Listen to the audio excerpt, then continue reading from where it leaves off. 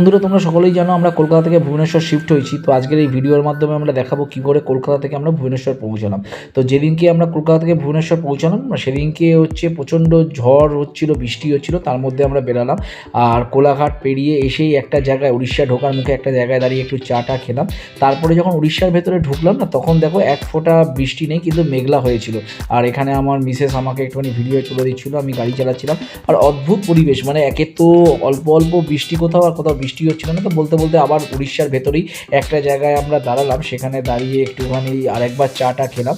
তারপরে যখন আমরা ভুবনেশ্বরের কাছাকাছি এলাম, তখন দেখতেই পাচ্ছ হালকা বৃষ্টি হচ্ছে, আর দূরে পাহাড়, সবুজ, একটা অদ্ভুত পরিবেশ, মানে এত সুন্দর মনোরম পরিবেশ, মনে হচ্ছে যেন দুদিকে না পুরো সবুজের ওয়াল করে দিয়েছে। তারপরে একটা দোকানে দাঁড়িয়ে আমরা একটুখানি দুপুরবেলার লাঞ্চ করে নিলাম। অবশেষে তাজ ভিভান্তা হোটেলে এলাম। আর ভিডিওটা এখানেই শেষ করলাম। আর যদি ভালো লেগে থাকে তাহলে প্লিজ লাইক, কমেন্ট, শেয়ার আর এক্সপ্লোর শঙ্কর চ্যানেলটাকে সাবস্ক্রাইব করতে ভুলো না।